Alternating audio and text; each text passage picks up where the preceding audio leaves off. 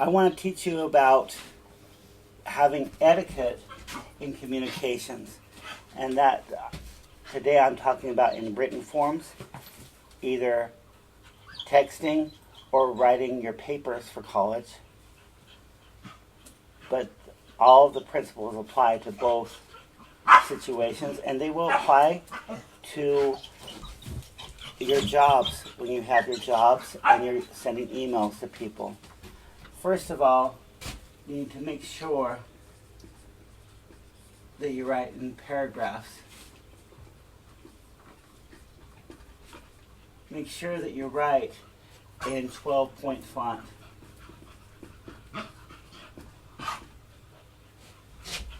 Do not use bold. Do not bold anything.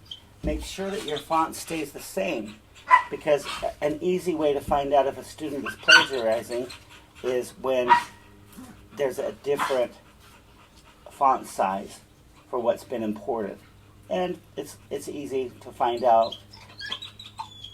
Writing along, next thing you know, it's small font. That's where students have just pulled it off the net. Make sure that your tense stays the same. Do not go back and forth or say something like, I'm going to the store and I saw. I am going is in the present tense and I saw is in the past tense. Correct grammar would be, I went to the store and I saw. Make sure that you're grammatical.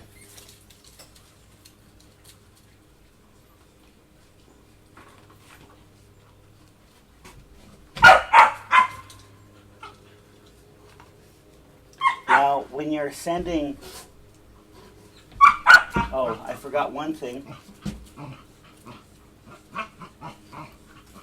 You need to double space everything, unless you're doing business writing, and then you can do a space in between paragraphs. But other than that, always double space, unless your professor tells you differently. And then, of course, you would make sure to put your name so that the person you're communicating with knows who you are. Now, when it comes to text messages,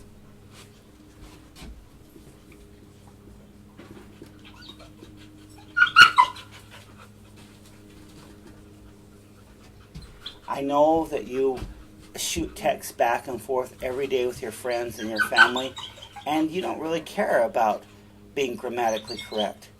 But when you communicate in a professional setting, and college is a professional setting, you do need to be grammatical.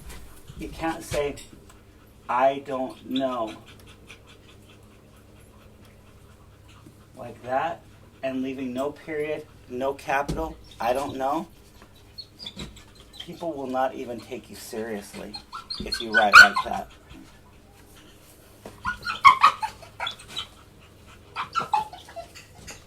So, when you write text messages, I want you to be grammatical. Write in complete sentences.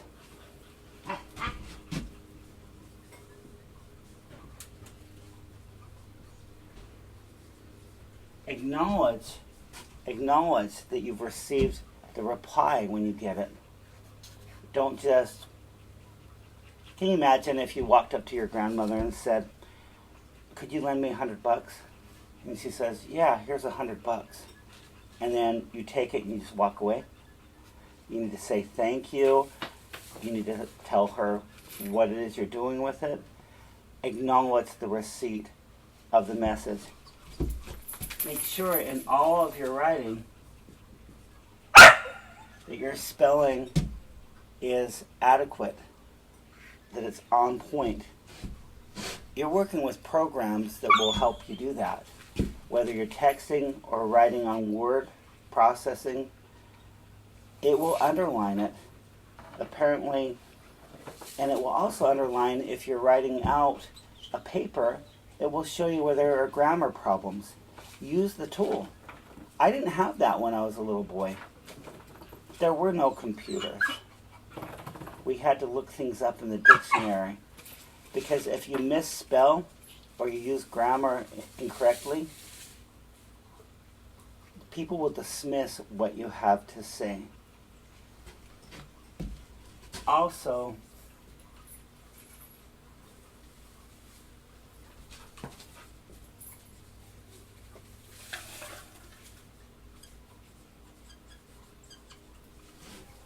do not use acronyms. I know that in your personal life, you use things like WTF, or people will write it this way, what the fuck. But not everybody knows what that means. Spell it out. Spell it out. When I have friends who are texting me and they're using a bunch of acronyms, I like to make up stuff such as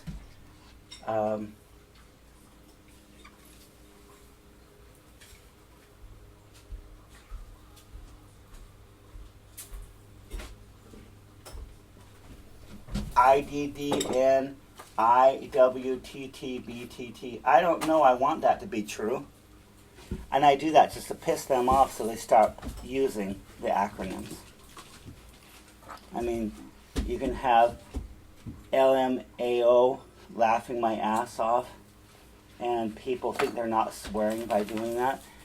It's just unclear communication.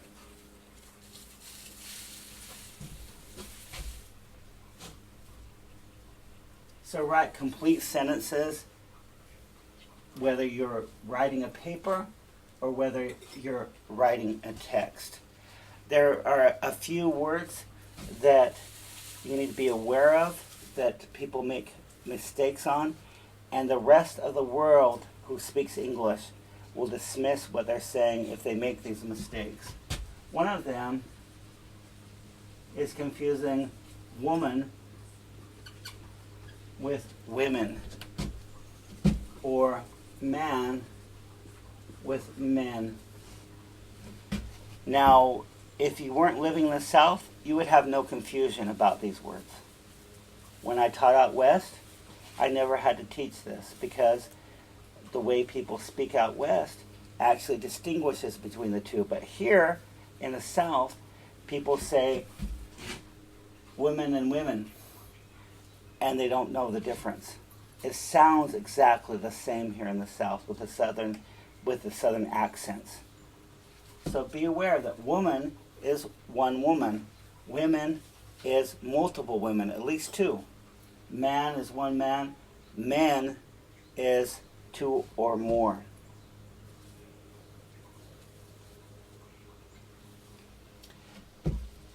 And then we have the constant bugaboo that is constant through the whole United States. There,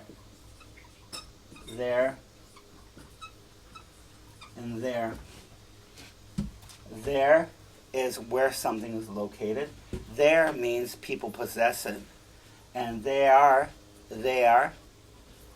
means that they are going somewhere. Same thing with to,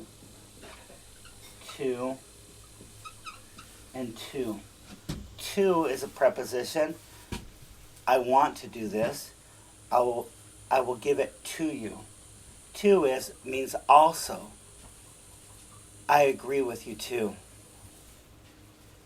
Two is a number. 1 and 2. And then finally, and there are others of course, but affect and effect get confused a lot. Affect or affect is a verb. Effect is like special effects. For example, when I don't work, it affects me. Affects me. When I put different paint on a canvas, the effect is very impressive. Or I watched Terminator last night and the special effects were very exciting. In addition to these very common errors or mixing up of words, here in the South, people tend to say, I seen. I seen is totally ungrammatical. And so what I would tell you in college is that college is a no seen zone.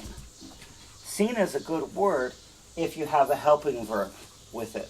For example, I have seen is grammatically correct. But to say, I seen what you wrote, people will dismiss you. I do not want your intellect to be dismissed. And I know that given I've been here for about 15 plus years, and you've grown up hearing people misuse this phrase your entire life. So you probably heard people be ungrammatical hundreds of thousands of times. I seen it. I seen it. No, I have seen it, or I've seen. In addition to that,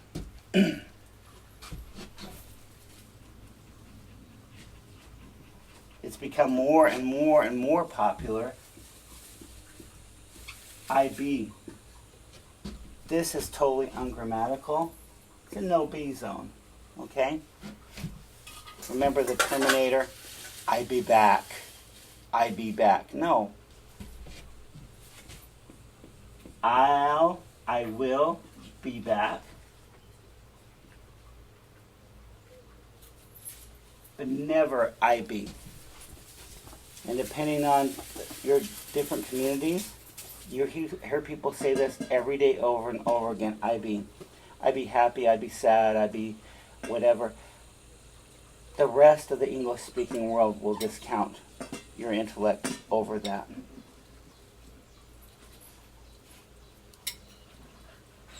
It's important not just for me, but for other professors. For example, for you to be grammatical. And even when you're grammatical, sometimes professors will take points off of your work. My daughter, Shanna, was in an abnormal psych class where, because she wanted to write more, but she wanted to keep within the limit of the research paper, she used three contractions that were totally grammatically correct, and the professor docked her an entire grade for the 3 apostrophes because it was supposed to be a scientific paper. And this is a professor who is not an English professor. It's somebody who hides behind fake rubrics, etc. But it's important to all professors. It's important to everybody who are professionals for you to use your words in the way that they're intended, and that don't downgrade your opinion. Wouldn't you rather be heard than missed? Be grammatical, whether it's text or in writing. Writing like you speak, unless it's fiction or poetry, is going to make people dismiss your ideas. Thank you so much. And the word of the day is be grammatical, write complete sentences, write in paragraphs, double space when you're writing a paper, acknowledge that you've received a response from a person. Don't just pretend like that person does not exist. Thank you so much.